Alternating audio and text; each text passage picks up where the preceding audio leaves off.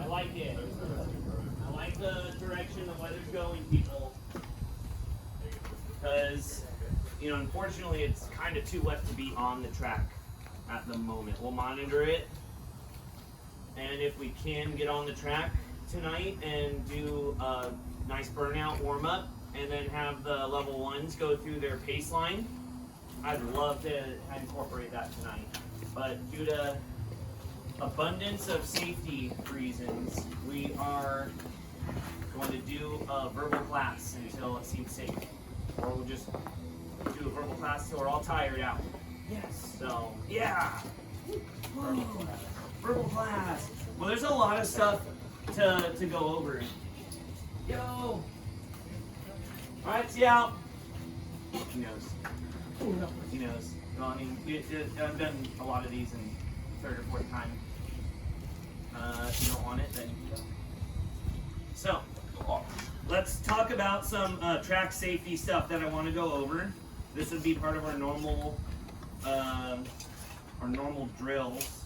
So track safety, you heard me do the 3 whistles, right? What does that mean? Get off the track. That's right. Heads up, something's happening, get off the track. It could mean that there's someone with a mechanical on the track too, and that we just need everyone to pay attention and yeah, get off safely as soon as they can. So, and where do you get off the track? On the back side. That's right, safely, right? So using your head like a turn signal. You're letting the riders behind you know you're doing some checks. You're making sure that nobody is like in the zone and just trucking along in that pole lane for some reason. So be very cautious your first several times getting on and off after a race or after a drill. So what's the safe word around these parts? Stay. Say it a little louder, say it like you're passing. Stay. Good. So it's really important that you're communicating. You cannot talk enough out there, right? The more you're communicating, the more it's showing us that you're going to be a great rider and a great racer. And it gives us more confidence in your skills that you're able to control your bike safely and have all the awareness of the group and then kind of pass information along to the group. That's a really good skill. You are the eyes for that rider in the back, right? So the rider in the back should be watching 4 or 5 wheels up, watching their head for turn signals, just paying attention the whole time. So, what are the 3 lanes of travel on the track? Sick. Everywhere else on the track is for passing. So if you're here, if we had open track, that's how it would have been. You're on one of those 3 lanes, and you're coming up on a rider. How do you pass those riders? You go up over the top. So you're on the blue line, and you're coming up on another rider on the blue line. You pedal hard, you go up over the top. You don't do the little swoop underneath. I know it's tempting, but that's something too that we're watching for. There's a right time to swoop underneath, and you'll know because it's impossible to go over the top, right? And then also this is something where you should already be managing your space and your speed before that's an issue, right? So that's if it's open track, and it's going to be great for you guys next week to get that open track time to just start to build a little awareness. So try to show up early next week to get some extra laps in. Yes. Pole lane is between the white and red line. So the pole lane has a couple extra rules, and I guess we can start to, we can elaborate on some of that. Pole lane, that's, yeah, John, tell us what the pole lane is. It's perfect. Yeah, no, this is a funny one. I call it the sprinter's lane, which is just for racing terms. And the reason why this is a funny one is because of passing. Like in a race scenario especially, right? So in that lane is like if you come in here, Bojac's ringing the bell, you have up to minutes to that lane. That's your lane. Now, the quick thing to do is like you're gonna click, I don't want to be on the front. I don't want to be on the front anymore, right? And you're gonna try to swing up here. Where it gets kind of sketchy is that you have 6 other dudes who are probably trying to pass or get over off, line up the sprint.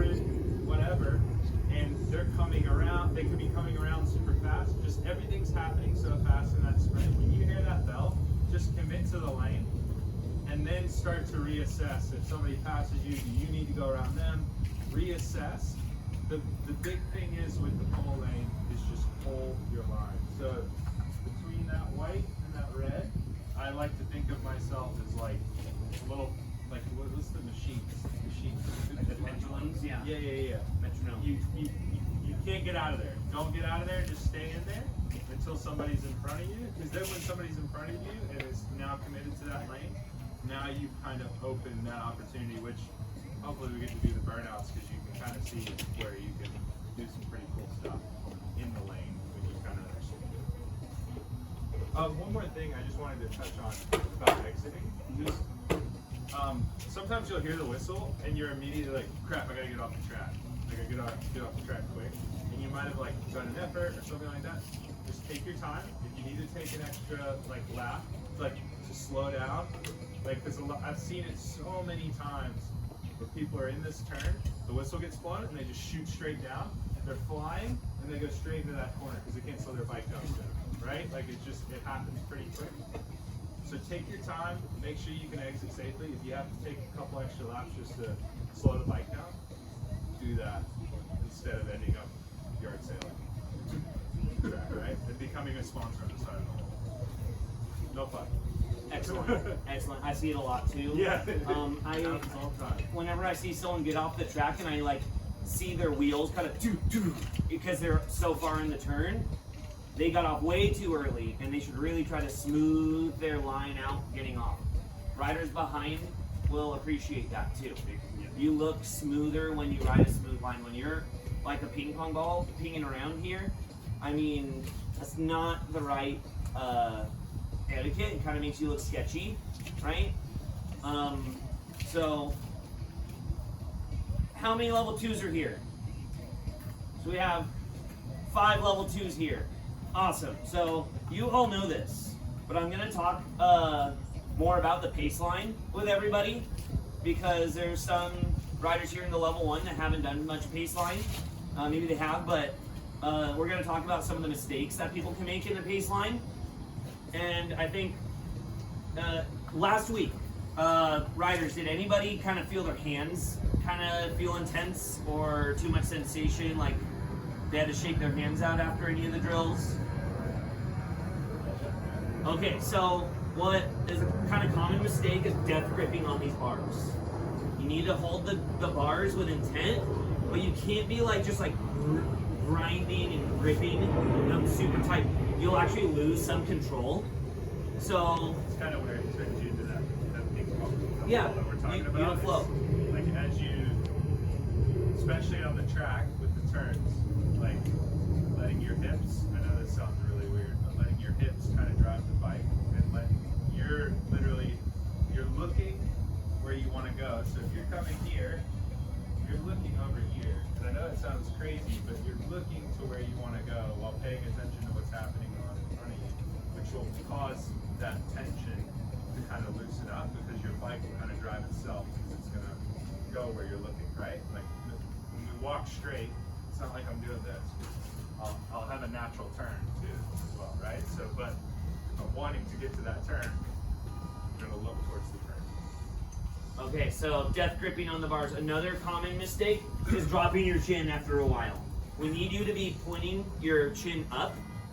It's because then your eyes are pointing up and your eyes are steering the bike, right? So if you're looking down, you're gonna have that same sort of ping pong ball happening, especially when we're sprinting. We wanna make this a good habit now, so that way when we're pressing ourselves in a sprint, that we're always looking up, because you need to be looking where you're going, okay? And I think it's really important that everybody starts using, like he was saying, you're like looking around the turn. When you're in these bends, it helps your bike just rail that turn better when you have a little bit, this 10-pound bowling ball kind of just towards the center of the track. You won't fight your body and gravity as much when you're coming out of the turns. So another thing that happens when riders get to the front, sometimes they take off. The whole time you're in this group, and then like especially when you're 4 riders, 3 riders, 2 riders up to the front, you're doing you're counting your pedals, 1, 2, 1, 2, or however you're doing that, you're maintaining that cadence. So that way when you get in front, you keep that same cadence. A lot of people get excited, like it's my turn, and like oh now I'm not drafting, I have to compensate. If you do the cadence trick, then you won't have to worry about that, like the sensation of the wind and wondering if you're going fast enough. Do the cadence trick and you'll be as smooth when you get to the front. When you get here on the backside, the track is a little bit of a dip if you're on the blue line. So that might be a chance to float the pedals in the dip. And then on the other end of the dip, you might have to just give it 2 more extra little, pressure while keeping your count. See, it's all about that count. Because how you go faster, you pedal faster. Pedaling harder, it's not necessarily going to get you to that same high top speed. Bojac talks about this like, good habit now. Literally, Team USA struggled with it the entire time I was there. We always had 1 to 2 dudes who would get on there and just rail it. And the guys would be blown up all over the place. It looks like a mess. You're riding harder than you want to. You're in a warm-up gear. And you have that one dude, and then he'd pull out, and he was like, wouldn't finish the warm-up, he was tired or whatever. So it's a good habit to acquire now. I know it sounds pretty simple, but even the guys at the top level can't figure it out. So. And then something that I see some of the level 1s, do, and even some level 2s, is they're not using all of the banking when they're doing their exchanges. So I'll just walk you through an exchange. You're riding here up on the front side, you're going to check over your shoulder. When you check over your shoulder, you just get a big data capture. You're looking for riders that are, not in the group. You're looking just to make sure that the group's together. And then when you get closer to the start-finish line, you start to drift up from the white line towards that red line. And then when you cross that start-finish line, or even a little bit deeper in there, but you have to kind of keep on the pedals. Something that we don't want to see is a rider who's about to do an exchange who starts to hesitate and slow down. It's just like that person on the freeway who's kind of hitting the brakes before they're in their exit. And you're like, it just kills you sometimes. It kills me, because I try to flow and be smooth all the time. And then it's like, no, not smooth. The big thing is with that too, is utilizing the track. I mean, you can kind of see where it starts to go up. And one thing we would always do is, like when we would do a pace line, especially if you do it with a group of people, and you're doing it with a group of buddies, it's a lot easier. But you can kind of pick out a point, and then that's usually the point. Like I can see it right now where I would go, and probably where literally in turn 3 where the wetness is up at the top of the banking, or turn 1 in the top of the banking. I would hit the pole line there. I'd go up. I'd go across. But that data image that I was checking, I would check. Bojac's the last guy. I know Bojac's the last guy. And so as I'm seeing out of my peripheral, I know the guy in front of him is Evan. I'll start coming down towards Evan, and then boom, I'll slot in at a perfect time by the time Bojac gets in. It's going to take a bit of work, but that's a really good way to utilize that pace line, and you almost get sucked back in instead of having to chase back on and finish your effort, which is the next philosophy of, when you're pulling up, you're not done with your turn. The best way to look at a pace line, when you're back in line, you're done with your turn. Does that make sense what I'm saying? Because chasing back on, things like that, if you check out, you're not going to be able to get back on and you're wasting energy, right? So yeah, you're trucking up to the boards. We're at that point. In a bigger group, we usually do it earlier in turn 1. In small groups, you'll go way deeper in the turn. If it's a group of 4, you might go right in between turn 1 and 2. But on his point, you're doing your exchange. You are pedaling pretty hard up that banking to get out of the way of the group, all the way to the boards. And when you're coming back to the group, that's another opportunity for you to kind of smooth out your line. Remember how I talked earlier about riders that kind of we don't want to think that it's faster to turn and dart down. It's way faster to arc and smooth it up and almost like you're parallel parking. So you come right next to the second to last rider, and it's like you're parallel parking. You slide it right into that spot. If you get it right, you'll know, and you'll be chasing that, because it's really hard to get it right if you're not staying on the pedals. And staying on the pedals till you're in the pack, that didn't get conveyed to me for a very long time. And then once I learned that, it just made recovery better. It made you look smoother, and when you're smooth, you're fast. That's something that is, those go hand in hand. And if you're one of those people, just not the hard one, if you're one of those people that is like struggling to stay in a fast baseline, like that part of it is probably the part. Like that's usually the first thing. Like I could get guys that aren't that fit to get through a baseline if they nail that every time. Because that amount of work in itself, because you're going uphill and then you're sprinting back on into the field. And then you have to slow down because now you got the suction, right? And you've overcompensated, and now you're backpedaling, or overlapping the guy in front of you, and you're all over the place. And so that one thing can make a huge difference. I think the biggest thing that everyone here can, try to do better than any other class we've ever had is this exchange. Yeah, Evan. So I did classes like last month before, and I actually had some people where they get so bored and they would actually try to keep the same pace as the line, so the line would never come at them or something like that. To get to those errors. Yeah. But I would always come up and then just let kind of shoot back in. Yeah. Yeah, and a lot of people, what you're talking about, a lot of people do that, and that's sometimes it's overthinking. A lot of this is a little bit of overthinking. Like when I was talking about the whistle earlier, it's like, oh, hey, come off the track. You're just like, oh, shit, gotta get off the track. And you shoot down off the track. It's the same thing. It's like, oh, I gotta keep my speed up. I don't want to slide down the track. And so you start to like ride super close, and then by the time you're out of here, you're still parallel with the line. You're like, crap, that was really hard. And so the best way to do it is use the effort to get up to the top, and then and then now you can float the pedals back into line and let the line do the work. And then you might have to kick. And if you come down, like when I was saying, you had Evan, you're in front of Bojac. You start to come down on top of Evan, you're going to come in line with Bojac. Does that make sense what I'm saying? Does everybody get that? I know that's kind of confusing because you're taking this mental image of like Bojac's the last guy. But you're kind of going, okay, who's in front of Bojac? Evan's in front of Bojac, and now I can slot back in. If that makes sense. It should be the same every lap.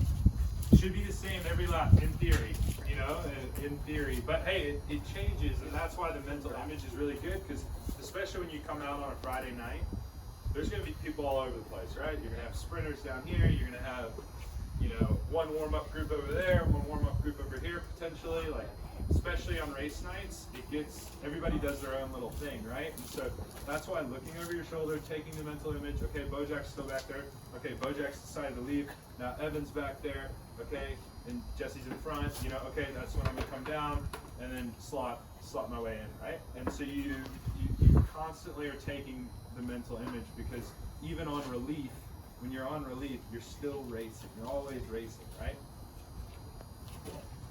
So how's everyone?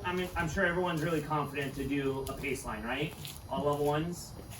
I know we just want to do it. Oh, bummer. So ways that people mess it up is they look down, they open up gaps. Let's say the workout's kind of just too much for you.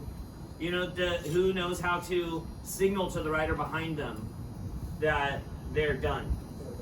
Yeah, exactly. So if you're just done, and the riders behind you are just like not going around you, and there's already a gap of a bike or two, there's already a gap of a bike and they didn't go around you yet, and you're ready, just sit up and they'll go around you. That's our universal communication that if this is too much, I'm done, please go around me, I'm done. Otherwise they'll have to go around, and it's going to be a longer distance. And that's going to get into everybody into their racing instincts.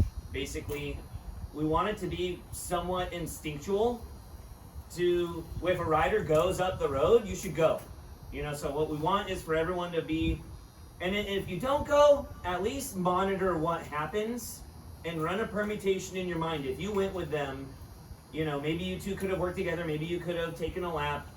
So if you're not like there to just go with them yet, then run that permutation in your mind. But I think it'd be worthwhile if every racer or rider, when you start racing, gets your instincts up, gets your reaction time up, takes your brain sort of out of it safely, so that way you don't let moves go. That's something that's going to wind up happening Friday nights. It's everyone wants to come out and like show off and go really hard, so it's going to be tough to shut all those attacks down, but I think it'd make you a better rider to start to build up to that, so that way those very talented riders, you're making it very hard for the super talented riders to win. I think that could be a goal for all of our riders here. If you're not going to be on the top, you're going to make it really hard for everyone else too. Eric. Go with them. It's I mean, you're gonna be surprised how fast you can go when you're behind someone who's killing it out there. That's like I mean I've won some races not because I'm faster than the guy who was in front of me, but just because I was with him and I could get in front of him at the last minute. Another thing is too is you'll learn a lot. Like sometimes not good things, but you do. But that's also learning. Like one thing that I spent a lot of my career on was taking the good information and listening to the bad information as well, and making sure that I did something with that as well. And so like the best way to race, like one thing that really frustrated me when in coaching is I have so many athletes that designate themselves as this specific racer. And as you can tell, I'm not the smallest cyclist. So like when I was coming into the world of cycling, it was like, oh, you're a sprinter, you're this, you're that. I was actually really good at 10-mile time trials, 4 kilometers, omniums, like all the endurance events, points races, Madisons. And so don't limit yourself based on what you think you are. It's kind of like, you know, those Friday nights should be a great opportunity for you to sharpen the sword but strengthen the weaknesses, you know what I mean? Yeah, you want to race as much as you can. As soon as you're race certified, try to race as much as you can, because every race experience you have is going to help you in your next race. You're going to see those moves, you're going to go with the moves like Eric said, you're going to go with someone and you didn't think you could you could hang on, and suddenly you have a big gap on the field and you're working together and you're lapping the field, or you can see the field ahead of you because you've done so much work together. And that, like, it's hard to train that here. Getting more races under your belt is going to get you more fired up on this.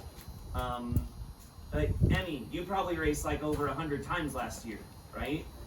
I raced a lot. Yeah, you race like at least once a week, but like sometimes like twice a week. I tried to race like every single race I could find, or every single race like in Clarkson, LA, or here, and local races.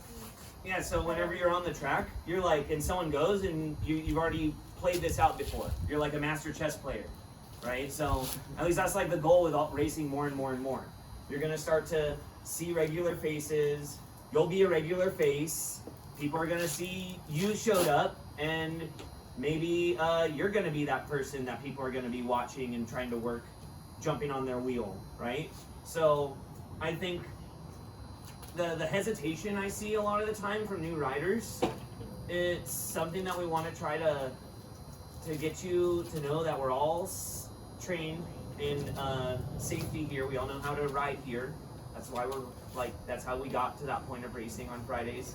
So, you know, someone goes, you do your check and you go. Or, you know, you're right on their wheel, you just roll with them, right? And I think that's a really good thing that when you're in the jacuzzi here before racing, you're kind of looking around and seeing who's sitting over there like chugging a Celsius, right? Those are things that you want to kind of put into your brain, into your little computer, and like if someone's chugging a Celsius and then they, are consistently attacking off the front, get on their wheel and kind of just trick them into doing all the work. If they haven't taken a class in the last year or two, they might be kind of rusty on some of our track's little secrets. Our track has a super big secret. It's outdoors. There's normally a windsock over here, and it'll be back up here by Friday. So the windsock is everybody who takes the class. The windsock's your cheat code, basically, because it's telling you about it. Trick your opponents into doing the work into the headwind. So you might have to do an extra half lap, might have to do an extra lap, but set it up so you're doing half lap pulls with someone else and they're pulling in the wind every time. And then on the bell, you'll be able to just ride away from them, no problem. That was my favorite trick. And don't let it slip that that's your little secret later. Just keep using it as long as you can, because that's a good one, and they'll learn it. They'll pick it up, and that's how they're getting better. So everyone here should try to push themselves every race and at least kind of pack up with like speed racers and work together and push each other to, come on, you can do it, Rick. Come on, let's go, Evan. Let's all help each other out. Because at least for the next year, if not for the next 5 to 10 years, hopefully we're seeing each other down here and we're just ripping circles together. So I think that if we're all just want to get better ourselves, and sometimes you have to use someone's draft to do that. So that's all. Just be chill. Yeah, I get laughed all the time. it's fun. I mean, sometimes it's not. I'm not, not feeling it. I just come out. It's good to ride. Sometimes just one race where I still feel good. Whatever the race setup was, that's the one I'm feeling good about. And then the next one, it's like I'll start it, and then I don't know, halfway through, I'm like, yeah, I guess I can't do this anymore. And you get lapped, and then you're like, oh, you get off the track. And it's still fun. It's a good experience. Eric, that's like the perfect way that everyone needs to do this is go and try every race, start every race, and like you said, if it's if you're still gassed from the last one, just start it, get in a little pack, and then get out when you're done. But I think another good thing is with that is too. It's like you've probably had the same thing. You started the race, didn't think you had it. Oh yeah. I've started splitting race where this isn't gonna be for me. This is and then before you know it, I'm sprinting around the front. Why am I doing this? And it going into it with unfortunately sometimes we can't go into it with the right mindset. But just getting up there is 90% of that battle, right? And so then you check in and you make it happen. And it's only $5. There you go. Right? Yeah. Is it still $5? I mean, I think if you're a member, it's 10. $10. If you're a non-member, it's 15. Everyone should become a member and get a bike and join the community. Trying to pitch that again. It's cheaper than the class. It's cheaper than the class and it's super fun. The class gets you a lot of skills. I'm telling you guys cheat codes. It's the only way to get those cheat codes is right here. So, and keep taking the class too if you like. I did the class for 10 years, and there's a lot of level 2s that I used to take it with Ricardo, and it's pretty cool to see that we all stuck. So I want to see more people stick. I think if we're all comfortable with pace lines or moving into race talk, I think that's where this conversation is just going to go for the next 20 minutes. Is let's talk about some race formats. Let's talk about how you win the race, and then pretty close to 8 o'clock. We're not probably going to be able to ride because you saw what's been happening, right? So around 8 o'clock we'll pivot. We're going to talk about the bike, the track bike, minor maintenance and gearing things, and we'll do that for another half hour, and then we're probably just going to wrap up a little early, 8:30ish, since it's wet. Unless people want to do a Socratic seminar and talk about bikes, we do that too. Okay, racing. So, Omnium. We do stuff called Omniums on Friday. That's a collection of races, and we take the scores from the top riders of all those races, and that goes to the top riders of the night of the Omnium. Omnium's going to consist of at least 3 races. We do 3 here. Some international Omniums, Olympic Omniums, you have 4 races. Yeah. So you know, we try to keep it fun. We try to have our programs be all within a 2-hour span. So we'd love to expand that eventually, but we'll see how that happens. So there's usually a scratch race, an elimination style race, and then a point style race. We'll start with the scratch race because that's something that we did some of that last week. A scratch race kind of simulates the last, like the warm up, basically a pace line. You know, when you ring the bell, that's really what the scratch race is. That we ride around until someone rings the bell, and then it's that lap where we count first, second, third, fourth, fifth place. So 10-lap scratch race, 10 laps. We'll usually roll everyone out, blow the whistle when you're all together, and then you're racing. So then you have 10 laps to either break away from the pack or keep the pack into a bunch, keep the pack together, keep breakaways from going, to have a bunch sprint at the end. Or perhaps a breakaway, a couple riders are able to get away from the main group. So I'll give you a chance to talk. Yeah. And get some water. Yeah, no worries. And so you have the scratch race, then you have the elimination race, which this is probably the one where everybody gets kind of caught up in, because usually if you don't win it, you feel like you have more in you. And so the elimination race, I think here would be every lap, right? Yep, every lap.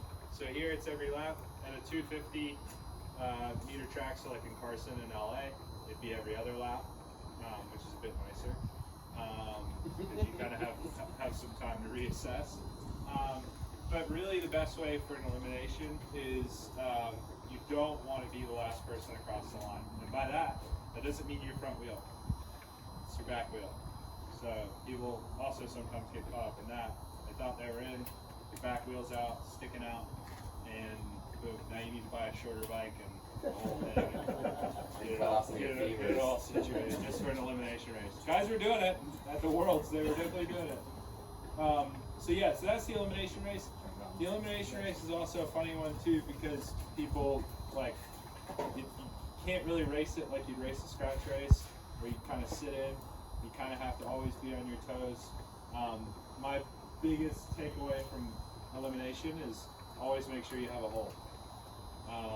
So it's really easy to get boxed in down low. It's really easy to get kind of caught in between two people and you have nowhere to go. You get pitched out. So always make sure you have this hole. And usually if you have a hole, try to fill it, because it's going to get filled for you if you don't. So, and then points race. So what are your guys' distances in points races? Points race is usually sprints every 2K, and distances on a Friday night you'll be doing probably 24 to 18 lap points races. And so another good one with that is It's your longest race. good cheat code that I'll send you guys off with. Get a sheet of paper when you get home. Write down all the laps. And every 6 laps, highlight it. Tape it on your stem. Now you know when every sprint is happening. Instead of having to count. 5 is always easy. 10 is always easy. 6, not so easy. I don't know why they ever did that, but they do it at every 333. And so I have like a literal thing that I've printed out, and it goes straight on my stem. I don't have to think about it. I can just look down for a second, okay, cool, roll that back. Help you with positioning and things like that. But yeah, so points race cheat code for the day. Yeah, and then do you guys carry the Omnium? Like, is it like if I go into it, let's say I've won the scratch and I've won the elimination, do I go into it with those points? Or is that No, so the way good point. Yeah, so like if you've seen the Olympics, right, you see how high the points get at the end of the Omnium, because they're just getting all the points from these sprints added into their final score of Omnium. Here, we just get 5 points for first, 3 points for second, 2 points for third, 1 point for fourth. Something like that, maybe an honorable mention for fifth. I don't know how the scoring goes. as I'm just the race announcer, and the Roger Lovett, who you guys will meet Friday, or maybe one of these classes. He might come next week to do some motor pacing for us. So there's this guy, Roger Lovett, OG from the track. He's been riding here since before it was here, when it was just a dirt circle. So he runs the bike shop in OB, Bernie's Bikes, and he's like a track aficionado. He's the race director, the co-director. So two types of omniums. You have like the San Diego version, which most tracks, like local tracks, will run an omnium where it's like that. It's usually 7, 5, 3, 2, 1 is how they normal point scoring. So it's like a little bit more beneficial to win the race, right? Because you get a couple extra points, same for second, a couple extra points over third, and then so then those points would get tallied and from the scratch. So you could have a 4 scratch race before missing out, come back, do the points race, win the points race, and maybe end up third or something like that. The other caveat to that is from the Olympic side of things, or from like a more national, international style, would be you go 40 points all the way down to 24 points, with 24 total riders, and or 18 points with 24 riders. And you then enter, let's say you won the first 3, so you would do a scratch race, elimination race, and a tempo race, or no, a scratch race, tempo, elimination, and then you take those points and you enter the points race with those points, and that's your scorecard. So every time he rings the bell, that's 5 more points to that score. So if I won the first sprint, I'd have 125 points. If I lap the field, I have 145 points. Right? You see how that goes? Where that gets kind of wild is when you have the sleepers who maybe were like 12th, go lap the field 3 times. Now all of a sudden they're on third. And it happens all the time. It throws things off. But that kind of spices the thing up. That would be really hard to score. I've been sitting next to Roger with his notebook for a couple years, and that would be really difficult to score. So we would have to computerize the scoring. We tried doing that last year, and it was really difficult to have a scorekeeper all the time. But that would be absolutely amazing to have 140 points at the end of the night. And whoever added that up was a champion. So some of the ways that, people in any of these races, in a scratch race, people win from sending out a flyer, being in a breakaway, or winning the bunch sprint. In the elimination, you win the elimination by surviving it and having incredible fitness and really good spatial awareness, because there will be riders in the back just appearing over at the highest part of the track on the start-finish line, and so that happens all the time in the elimination. So we'll do an elimination drill, so everyone not like in one of the next few weeks, so everyone can have a chance to be the devil. We'll ride in a big pack, we'll call your name, and you'll drift to the back, and then come up around and over the top of the group. So we'll do the devil drill in a couple weeks to get ready for elimination training. And in the elimination, that's where you'll have the most contact. If you ever are going to have contact down the San Diego Velodrome, it's going to be in an elimination. And even on the neutral lap, that's when I've had the most contact, was on a neutral lap with just somebody weaseling their way through. It was the ping pong guy from Madison, weaseling his way up and through, and just like literally like spread, like pushing people. And I was like, whoa, all right, cool. I don't want to race this one anymore. But then I wound up doing okay. So then there's that's how you do the elimination, incredible fitness, sharp, tactful mind. And then in the points race, that's one where it's the last race of the evening here, and either people saved up all their energy, or maybe they're just getting warmed up and they're kind of a freak, right? Who maybe should be up a category possibly, who knows, just yet. So in that points race, that's where you need to be really, really sharp and go with all the moves you can, because that's the race that some of these endurance types are going to be waiting for to happen, and then all they need is a good effort at the right time. They'll look at the pack and they'll see who's like been consistently kind of bad all night, and then they'll put them behind them, and then they'll do a sprint, you know, with that person that they decided to block for them. So that's like maybe a tactic they could develop, and it's a great tactic, right? So that's another one to put in the bag. So as soon as you finish this class, you'll show up Friday night to start racing, and we'll be sitting over there, and we'll be like, you'll say, "It's my first night racing," and Roger will be like, "Are you a C or a D?"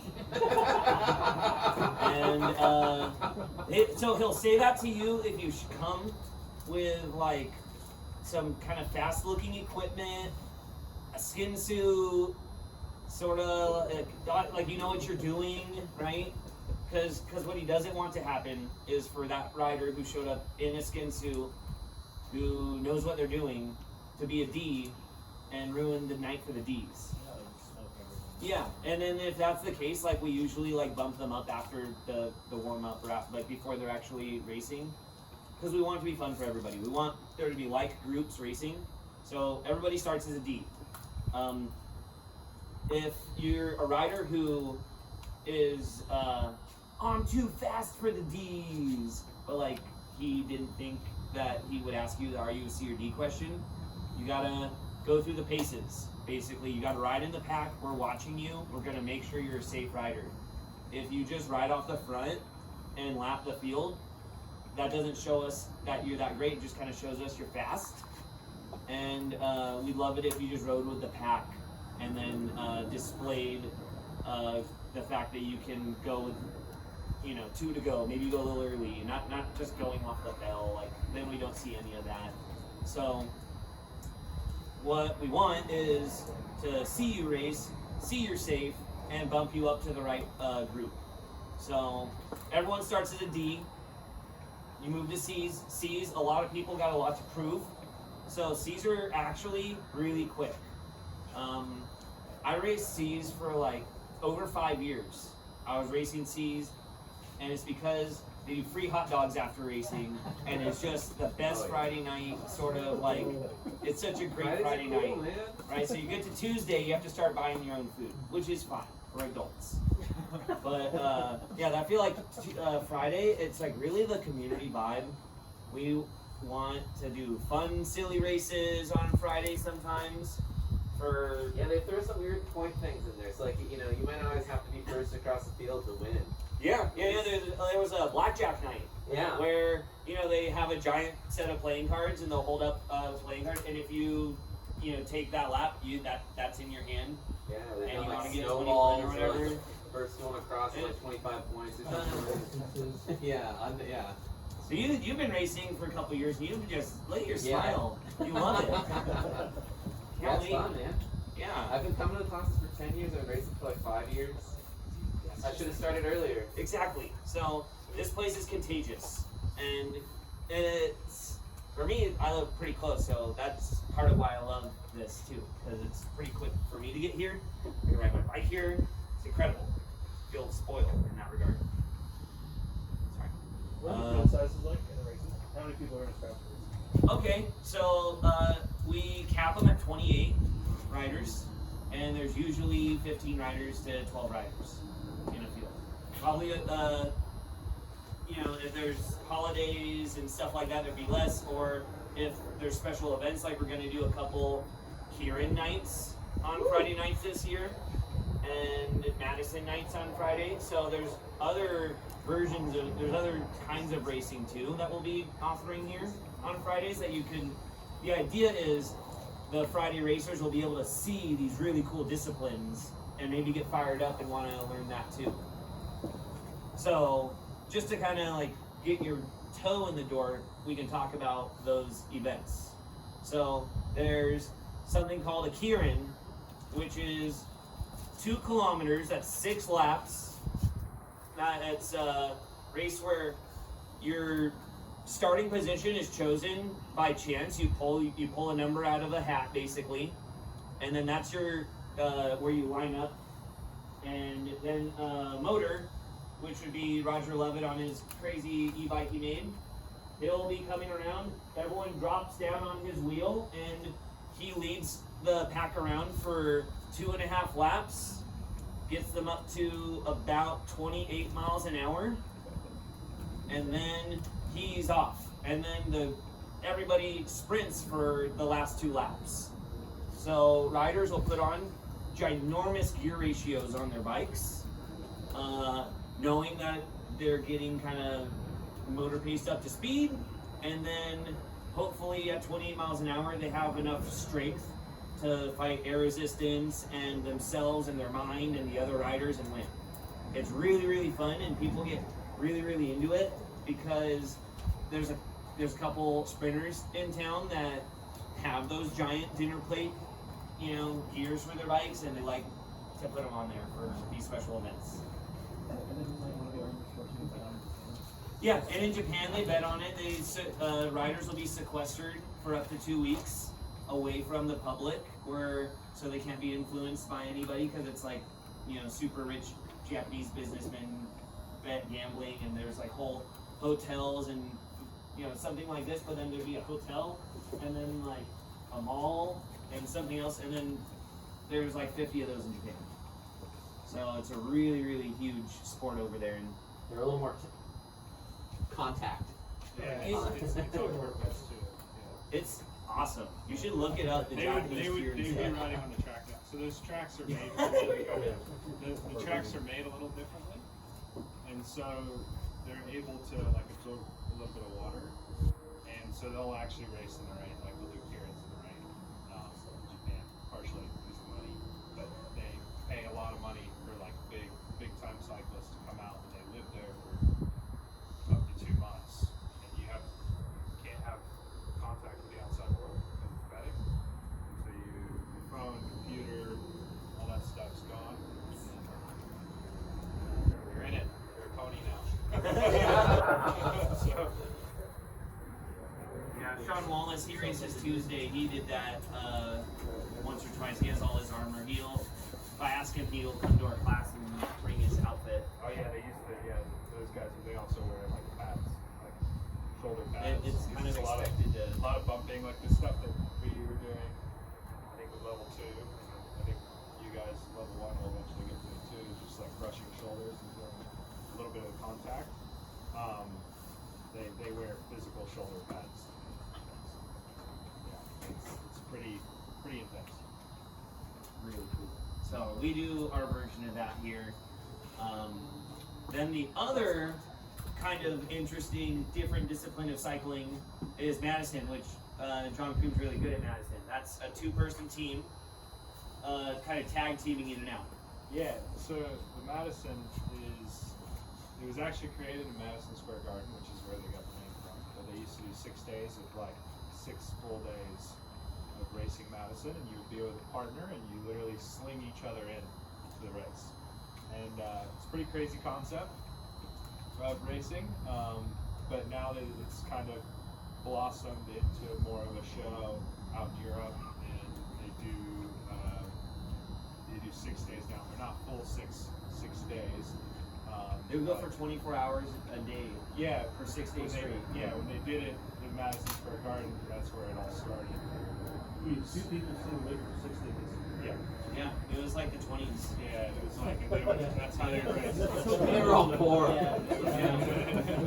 That's how they did it. They don't do that anymore. I think the longest one they have now is like they have a 500 lap one in Bruno, which is like 200K, I think, and then they have a couple 100Ks in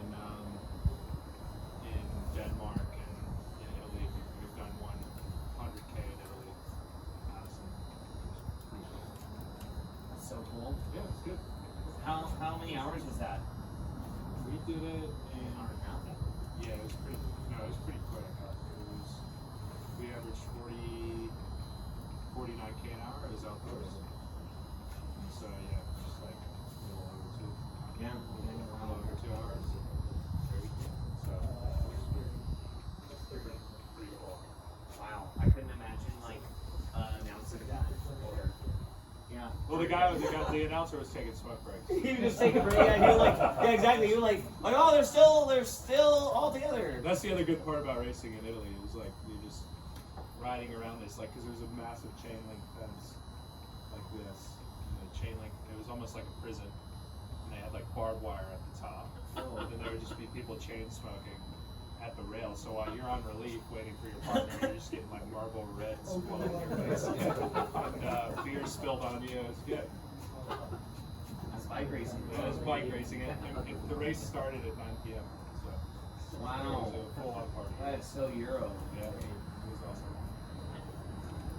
So bike racing, I think if everybody does a bike race, and if anybody has a bad time, they need to contact me so we can figure out how to fine-tune your experience, and I would be willing to give you further advice on that. If you go race and you have any sort of headwinds, send me an email, find me and be like, yo, Bo, like this and that happened, and I'll give you some feedback.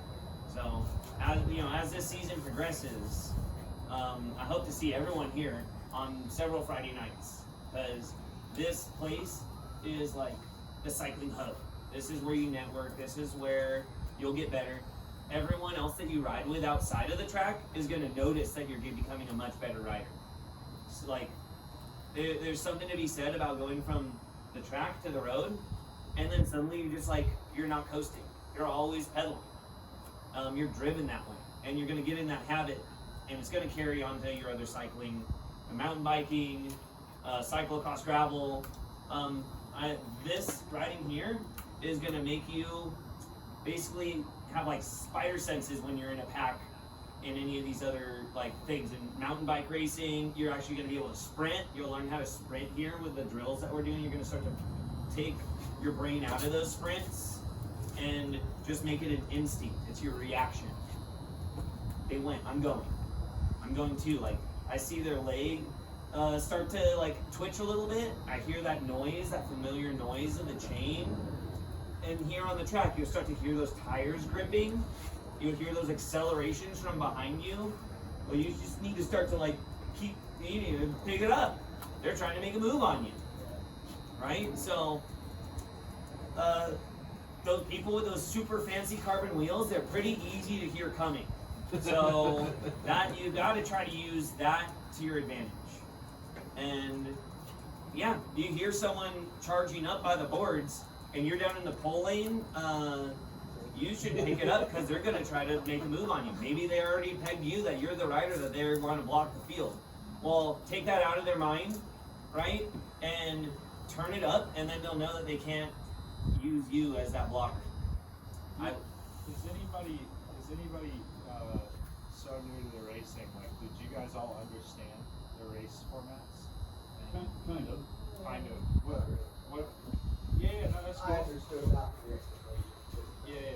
Which ones do you not understand? Or like, do you feel like if you were to choose one? Probably the elimination race. Probably. I mean, I feel like that's, I got scared. Yeah, that'll help. So tomorrow, I think tomorrow there's Tuesday night racing. I'll go watch some videos. Yeah. Tomorrow That's come here, Yeah, 7 p.m. We'll have a food vendor. Yeah, there's racing out here, which would be a good opportunity. The scratch race, just to reiterate, is like, it's super simple because you got 10 laps, let's just say 50 laps, 100 laps, whatever. Is it set or is it? It's set. That's it. Now, if somebody laps the field, you're riding on that person's lap. Does that make sense? So if Bojac goes, he laps the field. We're coming around seeing 8. Bojac makes connection. We'll probably see 7 coming around the next hour. Does that make sense? Does he win? Even if he's in the back? At this point, he's winning. Yeah, he's winning because he's up a lap. But like in the other races, you get points. Yeah, but let's say Bojac's lapped the field. Evan now goes. He laps the field. They're still on the same area. Now they're racing, and now the field is racing for third, even though you guys are together. Now it's funny you asked that. The elimination's a funny one. You can't lap the field in the elimination. It restarts every lap. Does that make sense? Okay. So does that make sense what I'm saying? Because if you attack off the front and you're in this turn, the pack is here, you're leading at that current moment. You can't be out. But if you get close enough to the back of the field and the commissaire is like, that guy's last the field. He's getting a drafted benefit. He's last the field. You come around next lap and you're still at the back of the field, you're out. So that's the way the elimination works. So the elimination, it restarts every lap. And so there's number of laps on elimination is the number of riders minus one. That's a good way to think. So, Yeah. so riders the smart riders will ask how many racers are in that race. Yeah. And it changes. It also changes. Every track does it differently. So I don't know how they do it here, but there's a few ways they do it. So sometimes they go down to 3, Oh, yeah. and it's a 3-up sprint. So they'll come down to 3. They'll give you 1 lap around, and then they'll ring the bell, and that's bell lap. And then, but the standard of an elimination race is down to 2. They get 1 lap, and then it's bell lap, and then they're sprinting for the lap. And it's not an well, I guess it's an elimination because that is. Yeah, you And basically they'll- ring the bell for the last 2 people, and whoever's first across wins. You know, And so, whoever's eliminated. and so that's how that works. They'll help you know the rules too on Fridays. They make sure everyone on the boards knows what they're about to do Yes. for the race. They'll And go through please it ask. and make sure Yeah, and if if anyone you, has if questions. I think that was my thing too. Is like you don't understand it because you're also gonna get thrown. Like you'll go home, you'll be like track racing, and like YouTube will pop up, and you'll get these like Olympic level style races that you might not ever see. Like the elimination race, maybe the tempo race, the points race. Yeah, I guess you'll see it. But like you'll get the snowball race, which We do depending, those. there you go. Yeah, So the depending time on points race. depending on how they want to run it, like it could be 25 laps long. Okay, so it's reverse snowball. First person across the line gets 25 points, 24 points, 23 points, and it counts all the way down. So the guy who wins the last lap gets 1 point. And so that's the reverse. You can do the snowball, 25 points on the last lap. Like there's that one. And then you have the unknown distance, which level 2 did, which is another fun one, where the commissaire has the total amount of laps. He'll ring the bell on the last lap. Nobody else knows the amount of laps that's happening in the race. So you're just riding around. And I didn't mention it to the guys, but when they went and lapped the field, that's another one that restarts every time. So if you lap the field, you're in the pack again. It finishes on the bell lap. Who gets up? You see what exactly. And so it's another fun. That's another fun one that like people usually do to keep the pack together. So does every race start on the boards? Yes, usually, except for the Kieran. The Kieran would be the. I don't know if you saw the level 2s. They did the 3 across. They'll start like staggered. and We do our Kieran's off the boards. Never mind, you Yeah, do it yeah, off we the roll the board. Kieran's all off the boards. Just kidding. I was testing both. But and then we also do it with this funny. We kind of make it more game of chance since there's no gambling, and we do the number and a half to choose your position. You have to hold that position for the first lap. After the first lap, you could maybe communicate to the group that you want to change. If someone's nice, they could change with you. Like, yeah, or like you just don't have to be. If you're the one on the motor, you don't want it. Just like edge up and like hopefully someone fills in and then just get out. But they should fill in because they want to be on the motor. Yeah. And then they'd be like, oh, what a dick. I can't believe they're making me do this. I have a different tactic. And that's having tactics, having a plan before a race. I know you haven't done any races yet to like have these, but if you had like the tactic of like that person who's looks super fast because their wheel's a full carbon disc wheel, I'm gonna try to just stick with that rider. That's my tactic. That could be a tactic. Or maybe you came out and you watched all these racers and you know who's good and who's bad. Like how I was talking about, you can have a tactic to do a block. You can have a tactic to go with 3 laps to go. Having some sort of plan, right? If you just like riding, just roll with the group. But like advancing that is starting to use your noodle. So when you're using your brain in the pack, a lot of the other people might be riding, you know, at their limit or riding and they just have never thought about using their brain while they're racing. They just go all off of instinct. great. You're gonna start using your brain and thinking. You're gonna be counting laps. You're gonna be thinking about where you're gonna be at the end, especially if you start to notice the patterns, right? So everyone who's taking this class is gonna have an edge on all these seasoned riders because a lot of them just kind of show up and don't have plans. Many of them do. But like Jacob over there and Eric, they're nodding along. They're like, yeah, like that was me. I just show up. I like to ride bikes. And I love it. How thirsty my Thursday was. Yeah, exactly. Like you're like, or maybe you're like, my family's in town. I invited them. I really, really want to like try my best. And like you get off work early. You go on the couch. You put your legs up for like 4 hours. You like get all psyched, you eat right, and then you always have to make sure your equipment's right. So always double check all of your equipment, people. I think that's where I'd want to segue our class. Instead of talking about racing, we're going to talk about the equipment for a little bit. Yep. So I know a lot of level 1s don't have their own bike yet. These felt bikes are awesome track bikes to get started off with. There's a lot of different track bikes out there. What makes these track bikes pretty good for the track is it has a nice high bottom bracket, tight wheelbase, so it's really nimble and easy to maneuver. It's responsive, and then in the banking, you have confidence that you're going to have clearance in that banking.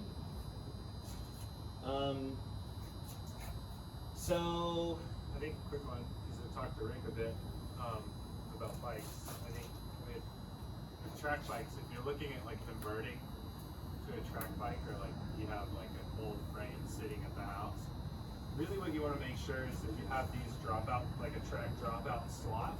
Some of the bikes have that. The real big thing is with that is for chain tension. So you want a bit of tension on the chain. You want to also loosen up to where it's not going to be, like pedaling through mud. But you want it tight enough to where the chain's not going to fall off when you're riding, right? And the reason why these track dropouts work really well is two things: chain tension, but also if anything does come loose, your wheel's not going to fall out, right? Because if the drop vertical, like just go straight out, right? And so that's a big thing. And yeah, that was it.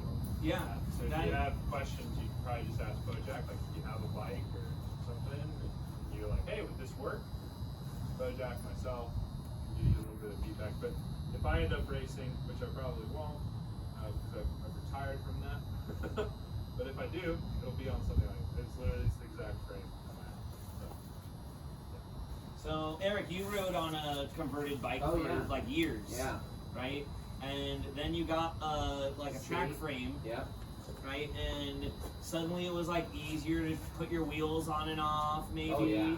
Yeah. Changing gearing would actually be easy or possible. Well, because everything's not rusted either. That's Oh, yeah, the- so- the yeah, bullets yeah. come off when you want them to. You went pretty far on that frame you had. So, Joe. and that being said, you can get pretty far on a converted bike, but it has to be able to get the chain tension right. It has to be able to, kind of be a road bike to start too. That helps. Something like, or road bike style. No brakes. No brakes. Take the brakes off. So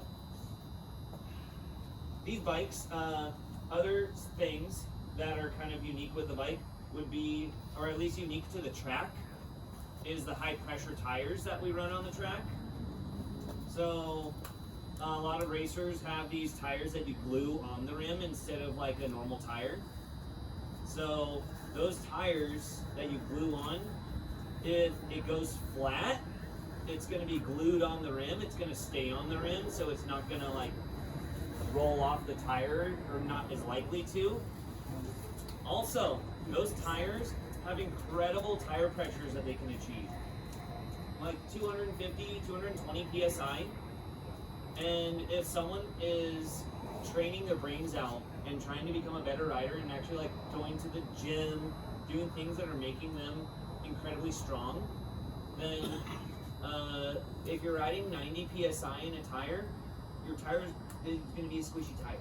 You're going to sprint, you're going to be a little squishy. Probably, in my opinion, would be to run higher pressure if you're on the track, right? Yeah, I mean, there's several ways to do it, but yeah, the higher the pressure is probably going to end up being better. So, you know, obviously, you know, if you're a big road cyclist or gravel cyclist or mountain biker, you're probably tubeless already. And if you're on the tubeless train, you're running it lower. The whole thought process behind the tubeless that is beneficial, right, is so it can absorb some of the shock and you can run a lower pressure, makes it a softer ride. Out here, you don't necessarily want it to be a soft ride because, you know, the harder it is, the faster it's going to go. And you don't really want anything scrub speed. And so having a bit of extra pressure in there's going to be key. And so I'd recommend, like especially on a bike like this, like these Michelin Dynamics are great.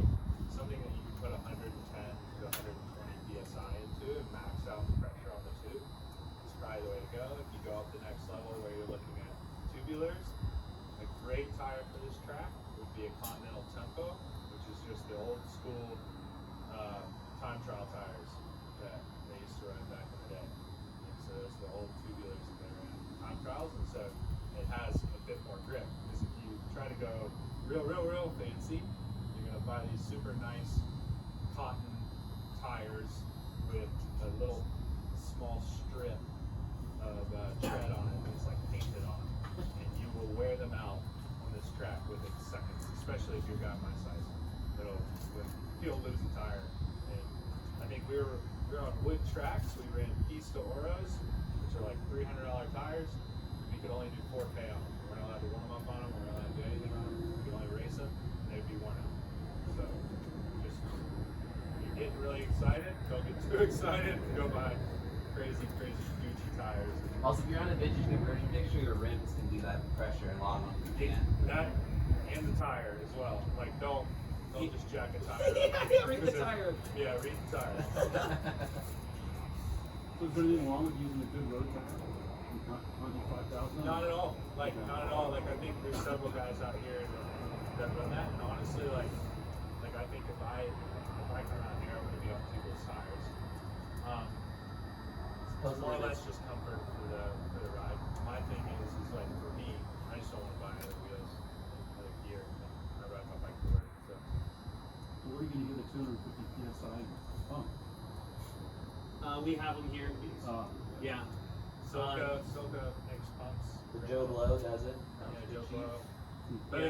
again, it like you don't need that. Yeah, It's don't a route. don't go buy that because we just talked about it. Yeah. It'd be cool, but like you don't have. Definitely don't. Like who you Yeah, see? like these are perfect. You could probably just like lose a couple grams by eating less dinner and Yeah. save the same amount of time. Yeah.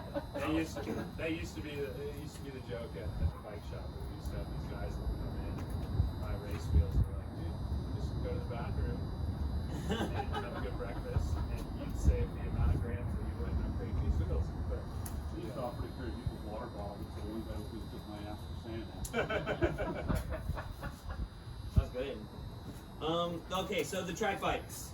Track bikes, the drivetrain on this bike, the cranks on this bike, they're specific for a track bike. These chain rings, very common size for track bikes, is 40 bolt circle diameter. So that means if you need to change your gearing, you need, like this bike has the 144 BCD cranks. It works with 144 chain rings. The thickness of the drivetrain on this particular bike is 3/32. Most track bikes, it's 1/8 inch. That means it's like a little bit fatter teeth, almost like a BMX bike's teeth or a beach cruiser's teeth and chain. This is a little bit thinner because, for whatever reason, it's a lighter chain, and that might make sense for like a junior rider or a mathematician or someone of that nature. But that does make it kind of difficult for me to change the gearing on this bike. If I got a chain ring off of my personal bike and put it on here, it wouldn't fit on this drivetrain. So, if you're getting bike, if you have a bike, you should know the width of your drivetrain, so that way, if you had to loan a cog or something here, you know that you're like giving something that's going to work. So we have a couple extra wheels in there, and they have the 330 seconds width cogs on them, because you can put 330 seconds cogs on 1/8 inch chains, but you can't put an 1/8 inch chain onto a 330 seconds cog. Wait, No, I said that totally wrong. Twice. So basically, if you had an 1/8 inch cog, it wouldn't go through this chain. So it's too narrow. So gearing on the bikes. So this bike has a 48-15 gearing, 48 front, 15 rear. It's like an 85. It's like an 85 gear inch. 88. Okay, yeah, I think 88 sounds correct. 88 gear inches. And you've trained on these bikes, right? You did a 200 last week. It's a pretty decent gearing. I gotta say, the 88 is a great gearing for Friday nights. That being said, there's gonna be people who, you know, think it's an arms race early on Friday nights, and you'll see it on the warm-up. There will be like 1 or 2 riders with a slow cadence, and they might do well in a race or two that night, but I can almost guarantee they'll do poorly in a race or two as well. What I noticed with those riders is they have terrible control in the group, because there's a big delay or lag in their speed adjustments. So if they want to do their big effort and they plan it out, then they do well. But if they're reacting on other riders, they just, I've noticed that they kind of just don't have maybe the strength, or the gear is just so ridiculous that it would hurt my knees to even try to do that, right? But people want to try things. I think everyone should try things. And overgearing is something that you should try when you're training. And when you're racing, you'll see why it might not work well. Another thing is with gearing is a lot of people, they immediately jump to, oh, my gear is really small. And I even used to be like that too. Until that same race in Italy, we were restricted to this gear. So 100K, 49 Ks an hour, like Elliot Viviani, Philippe O'Connor, Mark Cavendish, like all guys who were racing with an 88 inch gear. Can't be done. It's where the craft kind of comes into play in the thought process. So it can't be done. And it can't be done at speed. So Yeah, I like to ride a light gear. I like to spin. I think if you can master a spin on your bike, and you eventually, are, in packs of riders that are more advanced, your spin is going to be something that is going to help keep you in that pack. So mastering a spin where you're not necessarily bouncing around, where you can keep that locomotion on the pedals, it's something to be said, because you master that spin on a 48-15, and then for Kieran night, after the warm-up, you put on a bigger gear ratio, and you have that the leg memory, right? The muscle memory of that 130 RPMs or whatever your maximum speed is, or spin. And that's when it's going to be really cool when you get your own bike, you throw a cadence sensor or something on it, and Friday night when you go home, you're going to be looking at your data and thinking about what your max RPM, max heart rate, how are you going to improve for your next race, what's the schedule next week.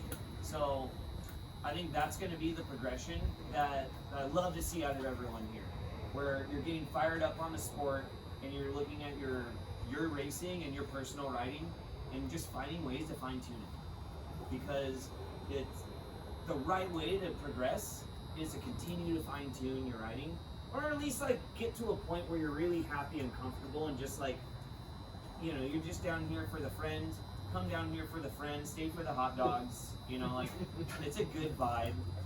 See, Eric is just over here having a good time. He loves it here at the track. I love it. I like it a lot. So the track-specific drivetrains, also something, chain line. So if you get a track-specific frame, and then if you get track-specific cranks with the correct bottom bracket that has the right length spindle, then you should have perfect chain line, which is gonna make your bike quieter and smoother. So You're gonna save some watts.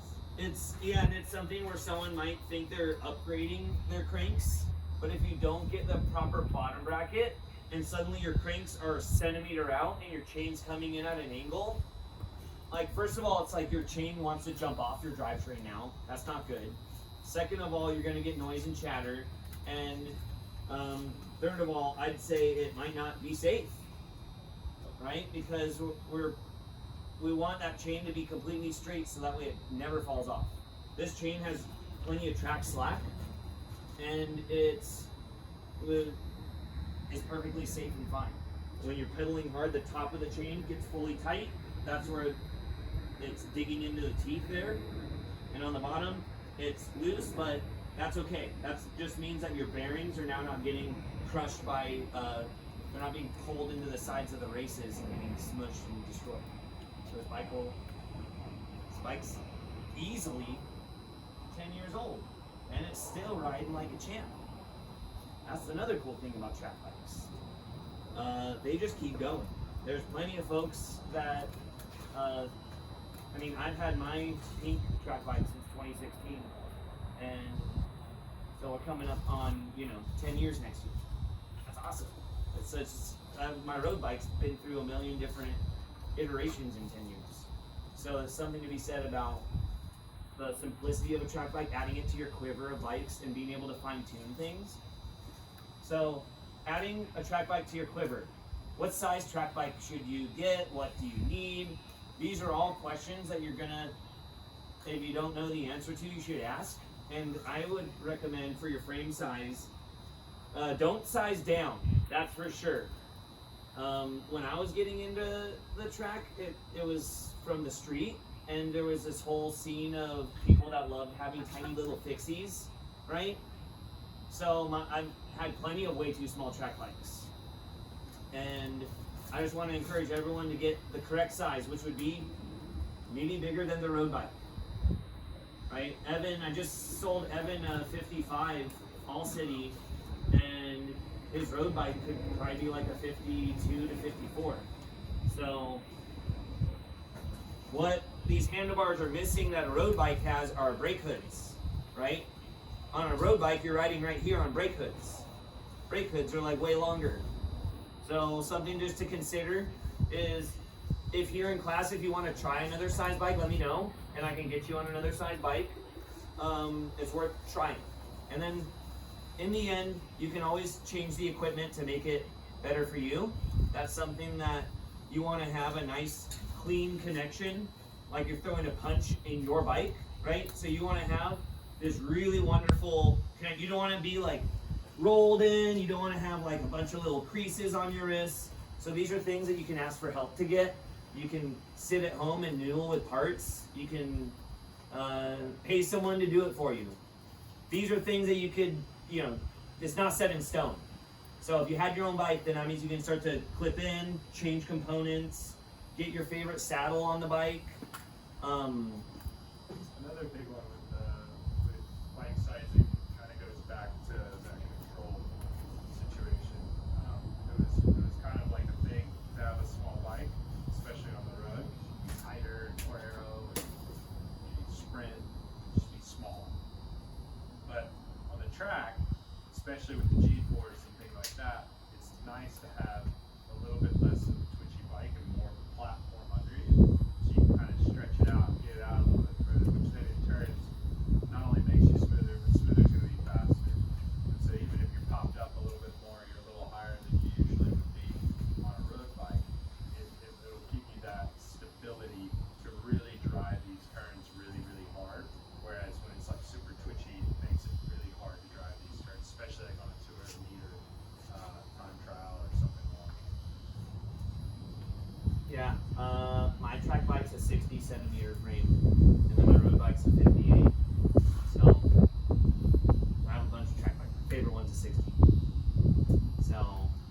something that I think if you're not, checking out OfferUp and Craigslist and Marketplace for a bike, hop on there and just start looking, because we want you to get a bike. And there's parts on the bike too that, let's just say, like the crank arms, you don't want super long crank arms. Super long crank arms might work against you here at the track, because then your leg's doing bigger circles. And if your RPMs, your leg's doing that, but let's say if your leg was doing this, you could probably ride more circles in that same amount of time. So it's kind of like when I was walking around trying to measure the track before class. Interestingly enough, the blue line was I don't know if my measurement tool was correct, but it said the blue line was 100 feet or meters longer, 100 meters longer, 80 meters longer. Okay, yeah. So we did the, yeah, blue line's 80 meters longer. I was at a 333 over there on the blue line, and then I kept pushing it up. So that's something else, I guess, segueing back to the racing portion. Ride the pole lane, ride the white line. It's 80 more meters to be on the blue line. So that's something like the unknown distance racers first night, like everyone should be down the pole. That's for sure. 165. Yeah, so I had 170s, 167.5s. Basically, the shorter the arm, the more comfortable I can be, like more low on the front, because I'm not kicking myself in the chest as well. I would say a perfect starting point is going to be in that 165 to 170 range for everybody here. If you go down the deep dark web of track cycling, you'll walk across 150, even 145s that are out there online, and they get pretty chaotic. But yeah, I would recommend kind of hanging around that. Like 170, like if I had to just put everybody on one, I would just go 170. Like just flat, like if I had to. And the reason for that is just that's going to be as close to the bike without it feeling super weird. But yeah, anywhere in that 165 to 170 range. So honestly, when you start playing with that, it's going to have to go for like you're looking at you're getting into the weeds. He's totally right. Most track bikes will come with like 170s or 165s. But if you're a bigger guy, sometimes depending on the bike, sometimes they'll come 175. And it's like they have these random track bikes that have these like 175s. It's very rare, but it's just check. Yeah. So like you're looking at a giant frame, just make sure you're not getting like old school 172, 175. Same with the width of the bars as well. Yeah. You want, like on a road bike, you kind of lean towards more of a shoulder width, and old school road bike, you kind of draw it a little further. I like a little bit of a bear hug, so elbow kind of thing, so I would kind of edge towards like 38, 40 is like a good entry, but you can get as narrow as like 28, I think. Yeah, what's up? How much of like jump overlap should I be thinking about? Toe overlap. Bigger bike, less overlap. That's a street thing. On the track, the overlap won't be an issue, because you're always riding in this like nice carve, like nice sort of linear fashion.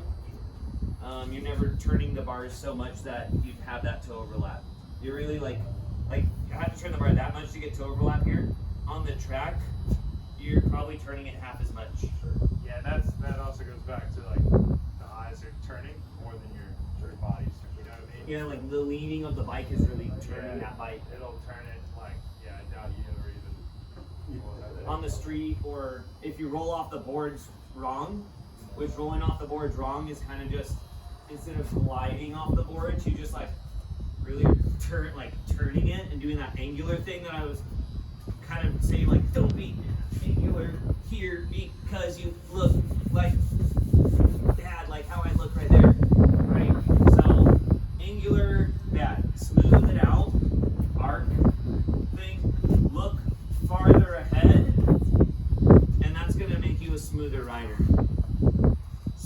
be once you're getting fatigued. When you're getting fatigued, don't be hanging your chin. That's something that we see a lot that we need to just get better at. Okay, so track bikes. As far as track bike parts and gearing goes, does anyone have any questions?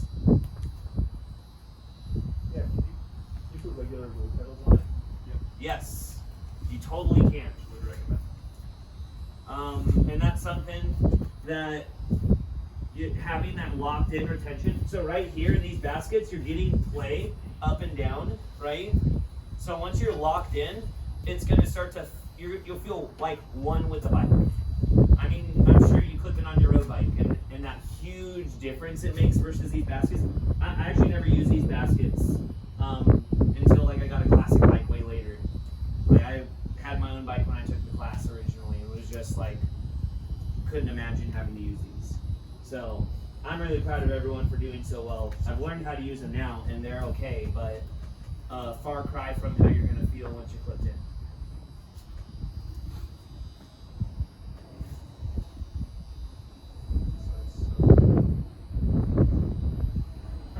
Yeah.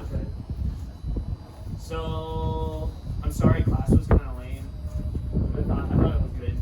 I would have loved to get everyone to leave here in like feeling like you're really tired. Is it dry or is it wet? I can't even see. Wet. Okay. Sorry, I was getting excited. No, I'll shut that down. Right Okay. now. Yeah, and that's another thing. It's like it doesn't like any bit of moisture on this thing. It's not. Like you're riding 200 psi. Yeah. You're on ice skates. Yeah, it happens so quick. So quick, you're on your head, and like some of the worst accidents I've ever seen is usually just that one person that's like, oh, it's not that bad. And he hits the one damn patch. And like we had one dude, femur, hip, like whole thing, and he was doing just like literally, he was like, oh, I won't ride at the bank. But that amount of paint, that's all the paint. Like you probably riding the bank's gonna be just as safe because it's just literally paint. At least it's a bit grippy around top, but you're at an angle. So The line here is a little glossy. yeah, if it is somewhat has a tint to it, just don't. Not worth it. Not worth it. Yeah. So, all right. Does anyone have any questions about class today? Because I think we covered everything that we needed to cover, and it's getting freezing cold. Cool. What memberships do we have to get to raise? So you don't need a membership to race. The membership gets you a lower price to race, and the membership gets you a code to the gate, and it gets you cheaper classes, and it gets you. You can come to our power off. Yeah, you can come to some of the off-season workouts that we do. Yes. Yeah. So, but if you're in the class right now, and you came to my rain class, you can sign up. You can sign up if you're fired up on it. Sorry. Yeah. So, yeah. Sorry we had a wet class. I hope we don't have any more. If we do have another wet class, then we're gonna break out rollers and we're gonna teach everyone how to ride rollers.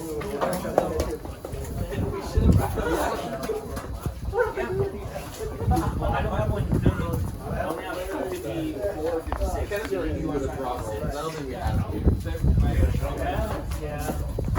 Those on the side thing kind of like was maybe interesting. Yeah, because probably like you rode a 54 last time you took the class, I believe. Yeah. And then yeah. Okay. Yeah. You know, like that near that one. Yeah. Cool. Let me email you. Yeah. Is it like?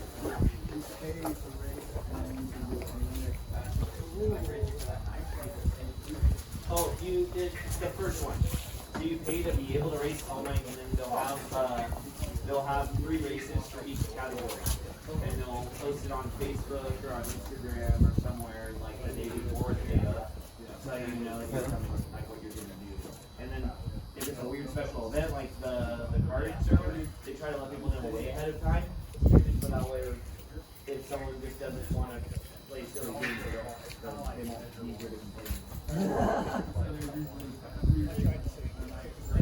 Yes, so there could be 6 to 9 races total, and you'll race your and there'll be a warm-up too. So first you start out with like a warm-up, a 20 to 25 minute warm-up with a motor leading it out and racing it. So And have two. do as much warm-up as you want. We'll do a simulated. I know, I swap mine all the time. It's And then our makeup class is just hours. Hour of riding. Yeah, and I don't think it would be a problem to be on the other side, because the single is on the left. Okay, so I don't think they would matter if it's on the right. So, everybody come to TNR tomorrow. Come here tomorrow at 7 p.m. and watch the bike racing. Yeah, 7 to 9 p.m. Bring a jacket. I know how cold it gets. Yeah, like in the last like 20 minutes, it's been getting like so bad that I was like. I bet Bojac would have answers. So people put shrink for training, yes, for racing. I'll ask the race director if they'll allow it. He probably won't let you do it. I don't know if he let like a little kid do it. Because he might not like the anticipating that you're gonna win. Trust me, this guy is but the thing is like if they're unsafe in crash or if they give you an unfair advantage, then we want honestly I think we'll just talk more about your No, it's just that really bad carpet tunnel, our price and the rest of You racing tomorrow, man? okay. Yes, sir. So no, that's super good for me to know. I'm thinking Just you? I'm thinking that I mean, it doesn't really matter to me if I take them. I'm here, so you told him that and he'd be like, oh God, what do you want? I don't think I'll ever And race. that's the way that we all operate here. We want hey, I'm sorry it was so cold. I know, maybe next week we'll have like a way better time.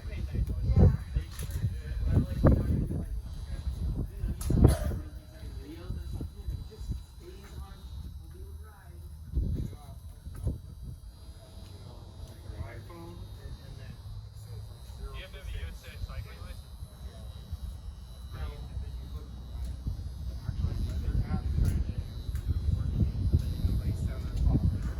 It's usually just based off the director. I never got any. That's funny because Connie's looking at whatever that one you're saying you're talking about, and then I'm looking at the one okay.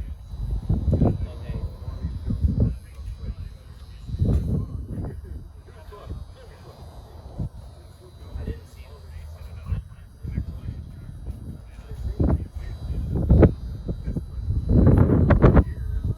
yeah, that's the one.